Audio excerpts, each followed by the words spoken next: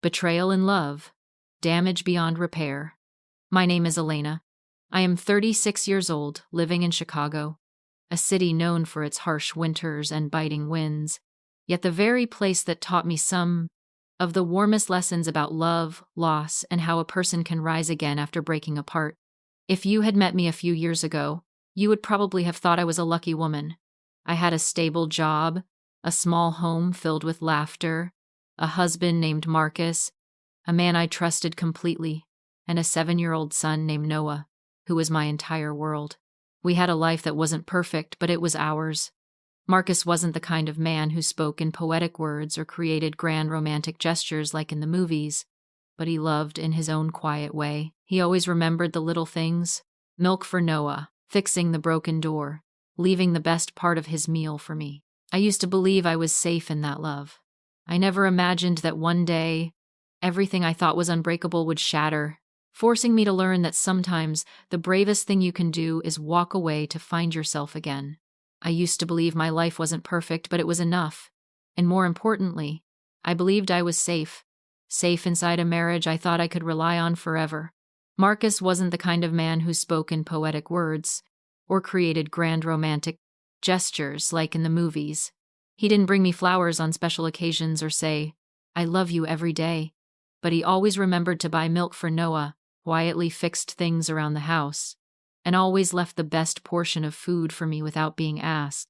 He loved in a simple, ordinary way, and I loved him with all the sincerity I had. We met on a rainy day, standing under a small awning. He handed me a tissue, such a small gesture that, if it had been anyone else, I might have forgotten it immediately. But somehow, I didn't. That small moment became the beginning of a journey that lasted more than 10 years. A journey I once believed would never end. I truly thought I would grow old with that man, that we would live through the simplest days, yet the warmest ones together. But I eventually realized life never asks if you're ready before it changes everything. One winter evening, snow fell heavily outside the window. I was at home with Noah, leaning over to help him with his homework. Marcus was getting ready to leave. He said he had to go on an urgent business trip. "Just one night," he said, before gently kissing my forehead. It was such a familiar kiss that I didn't question it for a second. But that very kiss turned out to be the last sign of something slowly disappearing. That night, I couldn't sleep. Not because I was worried, but because of a strange feeling. As if an invisible crack was forming somewhere inside me.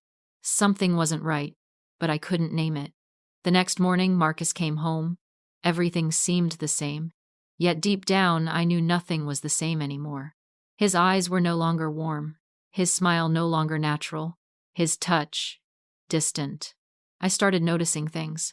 Messages quickly deleted, phone calls he avoided taking near me, silences stretching between us that neither of us wanted to break. I didn't want to doubt him, because I had always believed doubt destroys love faster than anything else. But the truth doesn't wait until you're ready. It arrives in the most brutal way. One day, I received a message from an unknown number. No explanation, no name, just a photo. Marcus holding another woman's hand, close, naturel, the same way he used to hold mine. I stared at that photo for a long time. I didn't cry. I didn't get angry. I just felt an emptiness spreading inside my chest. Because some kinds of pain are too big for emotions to respond right away. When Marcus came home that night, I didn't question him. I didn't start a fight. I simply handed him my phone. He looked at the screen, and in that moment, I didn't need to hear anything else. I already knew everything. "I'm sorry," he said, "but there are wounds that 2 words like 'I'm sorry' can never heal." "How long?" I asked. "Almost a year." A year. 365 days. 365 times he looked at me while hiding the truth. I didn't scream. I didn't make a scene. I said only one sentence: "Leave." And in that moment, I realized something. A woman's true strength is not in holding on to a man. It is in knowing when to let go. The days that followed were the hardest of my life.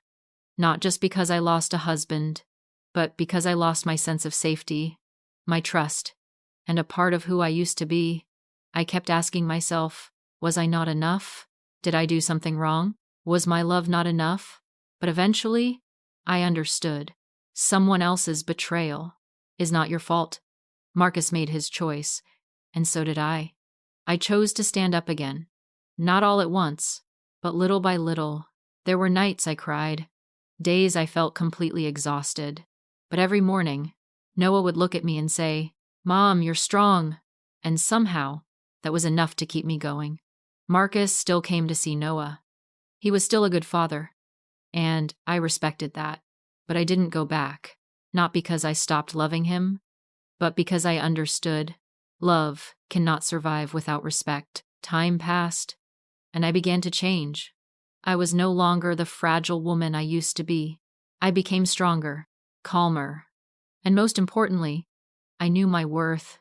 I no longer needed someone else to complete my life. I had learned to complete it myself. One day, Noah held my hand and asked, "Mom, are you happy?" I paused for a moment, then smiled. Not a perfect smile, but a real one. Yes, I am. Because in the end, I finally understood. Happiness is not about having someone beside you. It's about being okay, even when they are gone. Love can break you, but it can also shape you into someone stronger.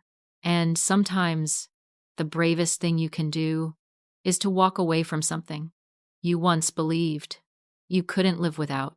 If you are hurting, remember this: you are not alone. You are not weak. You are simply learning how to become stronger. And one day, you will look back and realize that pain helped shape the